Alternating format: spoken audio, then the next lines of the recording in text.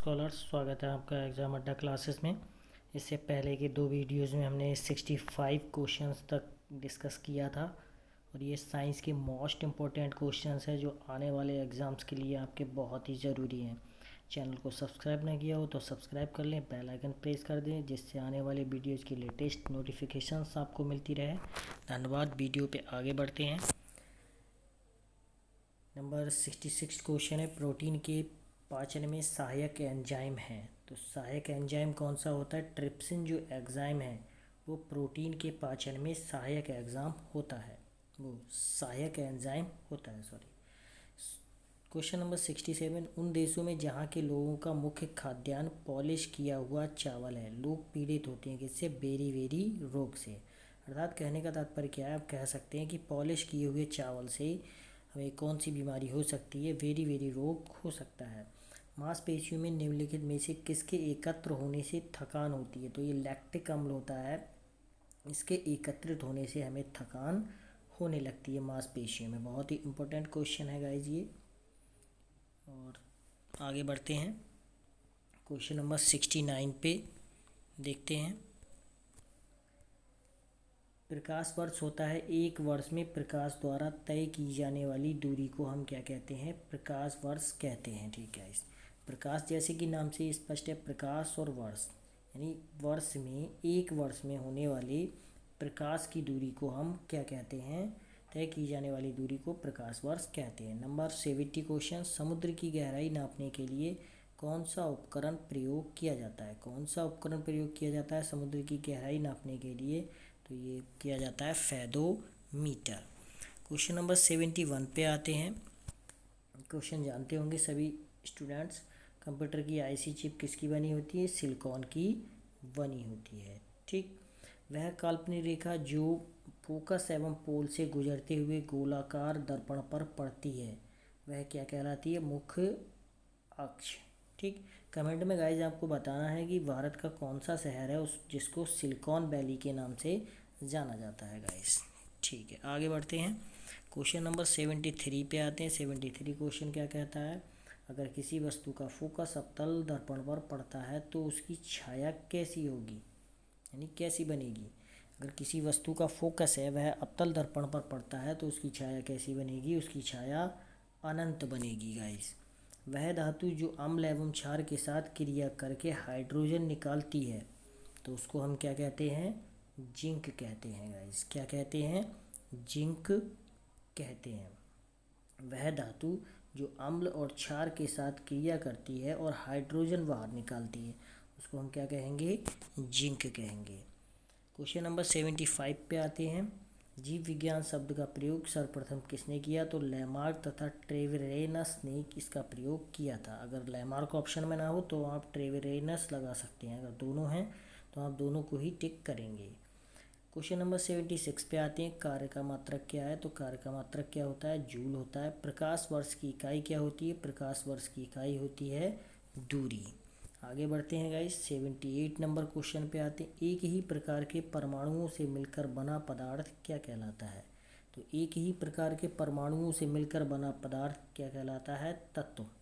और दो या दो से अधिक तत्वों की मात्रा के विचार से एक निश्चित अनुपात में संयोग करने से बना पदार्थ उसे हम यौगिक कहते हैं। यानी दो तत्वों से मिलकर जो पदार्थ बनता है उसको हम यौगिक कहते हैं और एक ही प्रकार के परमाणुओं से मिलकर जो पदार्थ बनता है उसको हम तत्व कहते हैं। आगे बढ़ते हैं गाइस, क्वेश्चन नंबर 80 पे आते हैं। किसी ध्वनि स्रोत की आवृत्ति में होने वाले उस चढ़ाव को क्या कहते हैं?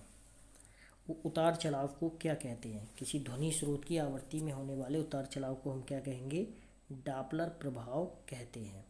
कोई कण एक सेकंड में जितने कंपन करता है उस संख्या को हम क्या कहेंगे? उस संख्या को हम आवृत्ति कहते हैं। आगे बढ़ते हैं गाइस, वायु में ध्वनि की चाल 332 मीटर प्रति सेकंड होती है। कितनी होती है वायु में ध्वनि की चाल?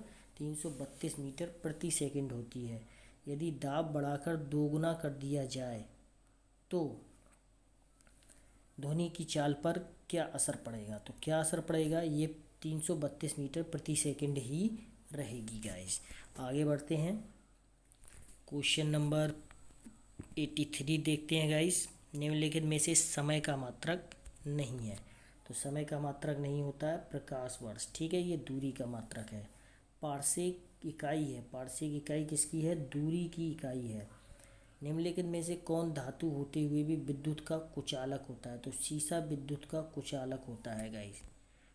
आगे बढ़ते हैं गाइस। निम्नलिखित में किस अधातु में धातुई चमक पाई जाती है? तो धातुई चमक आपने देखा होगा, आयोडीन जैसे नमक है, नमक में आपको चमक लगती है लेकिन वह धातु नहीं है। वैसे ही ग्रेफाइट, इसमें भी चमक होती है लेकिन ये कोई धातु नहीं है, ये अधातुएं हैं। क्वेश्चन नंबर 87, एक गुब्बारे में हाइड्रोजन व ऑक्सीजन गैस के बराबर अणु हैं, मतलब एक समान मात्रा है। यदि गुब्बारे में एक छेद कर दिया जाए तो हाइड्रोजन गैस तेजी से निकलेगी। कौन सी गैस तेजी से निकलेगी? हाइड्रोजन गैस, बजाय ऑक्सीजन के, ठीक। हाइड्रोजन गैस बहुत ही तेजी से निकलेगी। आगे बढ़ते हैं गाइस। कपूर के छोटे छोटे टुकड़े जल की सतह पर नाचते हैं, क्यों नाचते हैं भाई? कपूर के छोटे छोटे टुकड़े जल की सतह पर पृष्ठ तनाव के कारण नाचते हैं। पानी का घनत्व अधिकतम कितना होता है? ये होता है 4 डिग्री सेंटीग्रेड पर, ठीक। और औसत घनत्व पूछें तो ये होगा 2 डिग्री सेंटीग्रेड। यदि दो उपग्रह एक ही वृत्ताकार कक्षा में चक्कर लगाते हैं तो उनके वेग कैसे होंगे?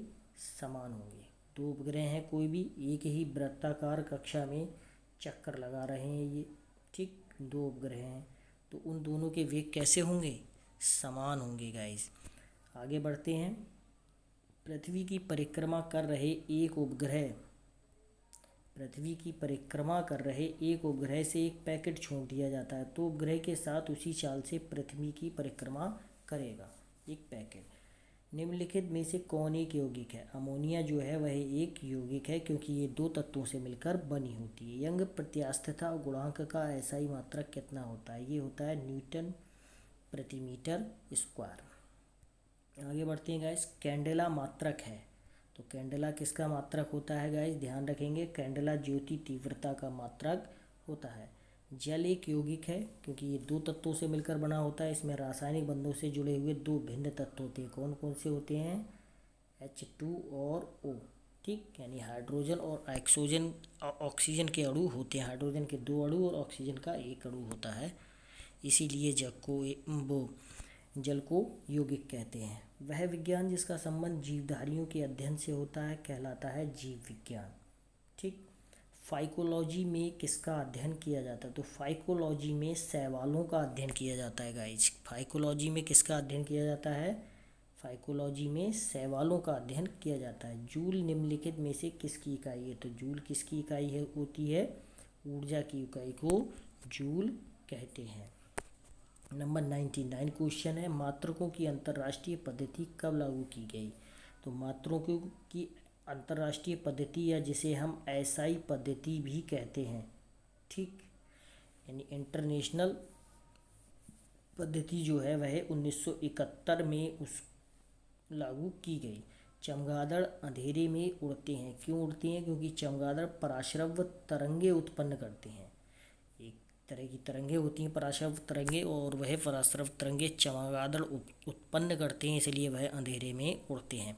चैनल सब्सक्राइब ना किया हो तो चैनल सब्सक्राइब कर लें, बेल आइकन प्रेस कर दें। वीडियो अच्छा लगा हो तो लाइक का बटन दबा दें और कमेंट में ज़रूर अपना कमेंट बॉक्स में बताएं। क्वेश्चन भी दिया था आपको, उसको ज़रूर उसका आंसर दें। धन्यवाद।